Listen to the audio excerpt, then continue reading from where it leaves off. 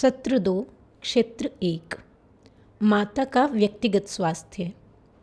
अब हम पहले क्षेत्र पर बात करेंगे जो कि माँ के व्यक्तिगत स्वास्थ्य के बारे में है और 3 चरणों को ध्यान में रखते हुए चर्चा करेंगे कि ये सब बातें माँ के स्वास्थ्य को किस तरह से बेहतर बना सकती हैं। सत्र 2। नमस्ते साची। नमस्ते दीदी। कैसी हो? ठीक हूँ दीदी मैं। तबीयत वगैरह सब ठीक है ना? हाँ, कम ज़्यादा चलता रहता है दीदी।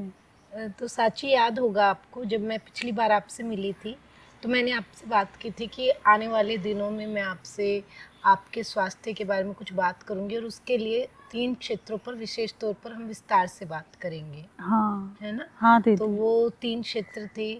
पहला आपका व्यक्तिगत स्वास्थ्य, जी, जब आपकी खुद की सेहत का ध्यान जी रखना। जी दूसरा आपका और आपके बच्चे का संबंध। जी और तीसरा आपका आपके आसपास के लोगों के साथ संबंध। जी। तो हम अब धीरे धीरे विस्तार से अगले सत्रों में इन सब पे चर्चा करेंगे, पर उससे पहले मैं आपको एक तस्वीर दिखाना चाहती हूँ। जी तो ये तस्वीर देखिए साची, और ये जो तस्वीर है इसको आप ध्यान से देख पा रहे होंगे तो आप देखेंगे इसमें अलग अलग भावों में एक महिला के चित्र हैं। जी।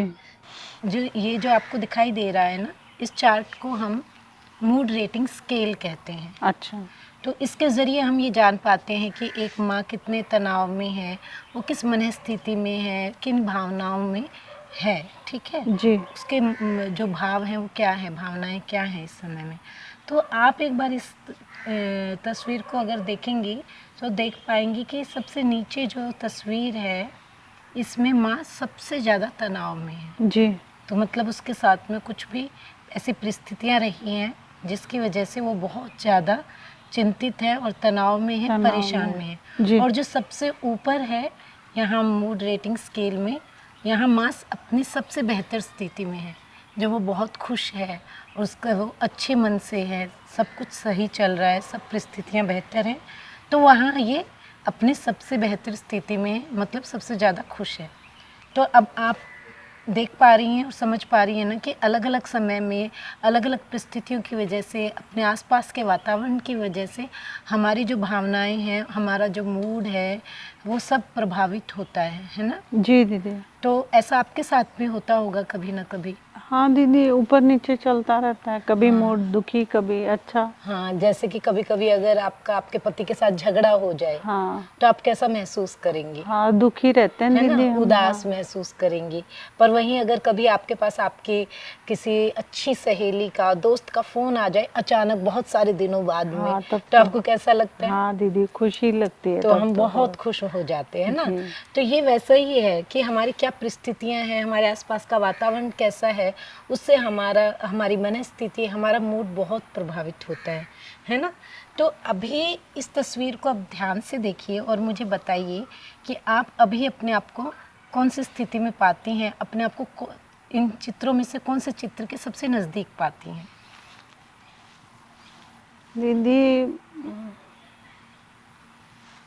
ये नीचे से दूसरा जो है ना दीदी, कुछ ऐसा महसूस मैं इस वक्त कर रही हूँ।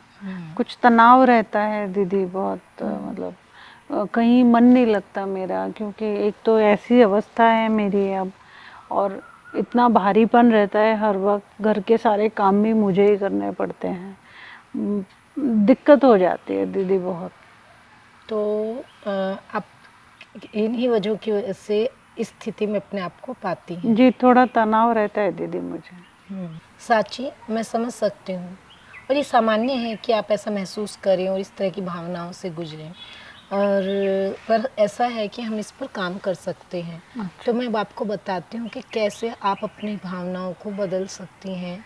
जो आप निराश, उदास या चिंतित महसूस करती हैं, उस क्या करें कि उनको बदल कर आप ज़्यादा खुश, ज़्यादा बेहतर और एक अच्छी शांत स्थिति में हो पाएँ। जी तो पर उससे पहले मैं आपको एक तस्वीर दिखाना चाहती हूँ। ध्यान से इस तस्वीर को देखकर बताइए कि यहाँ पे क्या चल रहा है। इसमें माँ बहुत तनाव में लग रही है दीदी। इसमें माँ को ही सारा घर का काम करना पड़ रहा है, सब अस्त व्यस्त पड़ा है, और उसको उसकी किसी को परवाह नहीं है। बच्चों को भी वही संभाल रही है, खाना भी वही बना रही है।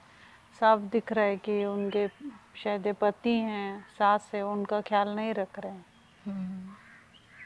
तो सारी जिम्मेदारियां माँ पर हैं माँ पर हैं। और माँ जो है अकेले ही इन सब जिम्मेदारियां को निभा रही है जी। और परेशान है, तनाव में है, अस्त व्यस्त है। हाँ दीदी।